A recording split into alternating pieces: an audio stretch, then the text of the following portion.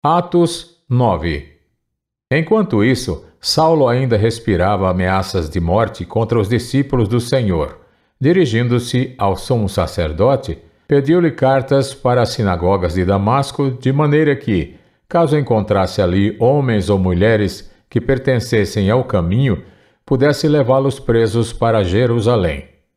Em sua viagem, quando se aproximava de Damasco, de repente brilhou ao seu redor uma luz vinda do céu.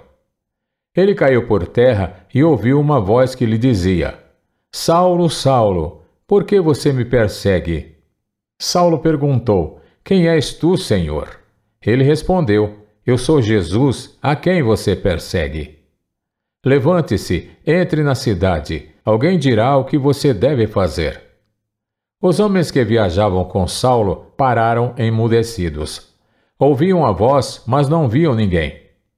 Saulo levantou-se do chão e, abrindo os olhos, não conseguia ver nada, e os homens o levaram pela mão até Damasco. Por 3 dias ele esteve cego, não comeu nem bebeu. Em Damasco havia um discípulo chamado Ananias. O Senhor o chamou numa visão. Ananias? Eis-me aqui, Senhor, respondeu ele. O Senhor lhe disse: Vá à casa de Judas, na rua chamada Direita, e pergunte por um homem de Tarso, chamado Saulo. Ele está orando. Numa visão, viu um homem chamado Ananias chegar e impor-lhe as mãos para que voltasse a ver.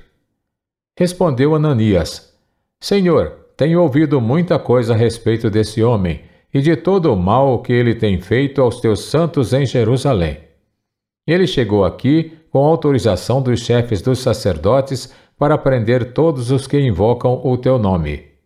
Mas o Senhor disse a Ananias: Vá, este homem é meu instrumento escolhido para levar o meu nome perante os gentios e seus reis e perante o povo de Israel.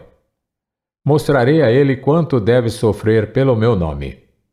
Então Ananias foi, entrou na casa, pôs as mãos sobre Saulo e disse: Irmão Saulo, o Senhor Jesus, que apareceu no caminho por onde você vinha, enviou-me para que você volte a ver e seja cheio do Espírito Santo. Imediatamente, algo como escamas caiu dos olhos de Saulo e ele passou a ver novamente. Levantando-se, foi batizado. E depois de comer, recuperou as forças. Saulo passou vários dias com os discípulos em Damasco.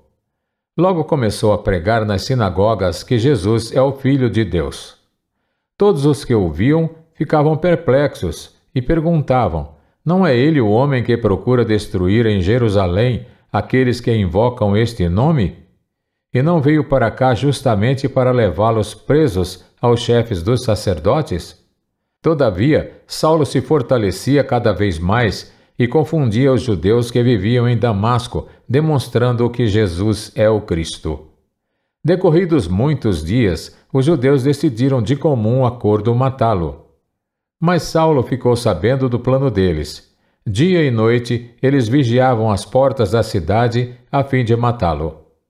Mas os seus discípulos o levaram de noite e o fizeram descer num cesto, através de uma abertura na muralha. Quando chegou a Jerusalém, tentou reunir-se aos discípulos, mas todos estavam com medo dele, não acreditando que fosse realmente um discípulo. Então Barnabé o levou aos apóstolos e lhes contou como no caminho Saulo vira o Senhor que lhe falara, e como em Damasco ele havia pregado corajosamente em nome de Jesus. Assim, Saulo ficou com eles e andava com liberdade em Jerusalém, pregando corajosamente em nome do Senhor. Falava e discutia com os judeus de fala grega, mas eles tentavam matá-lo. Sabendo disso, os irmãos o levaram para Cesareia e o enviaram para Tarso. A igreja passava por um período de paz em toda a Judéia, Galiléia e Samaria. Ela se edificava e, encorajada pelo Espírito Santo, crescia em número, vivendo no temor do Senhor. Viajando por toda parte, Pedro foi visitar os santos que viviam em Lida. Ali encontrou um paralítico chamado Enéas, que estava acamado fazia 8 anos. Disse-lhe Pedro: Enéas, Jesus Cristo vai curá-lo. levante-se e arrume a sua cama. Ele se levantou imediatamente. Todos os que viviam em Lida e Sarona o viram e se converteram ao Senhor. Em Jope havia uma discípula chamada Tabita, que em grego é Dorcas, que se dedicava a praticar boas obras e dar esmolas. Naqueles dias ela ficou doente e morreu, e seu corpo foi lavado e colocado num quarto do andar superior.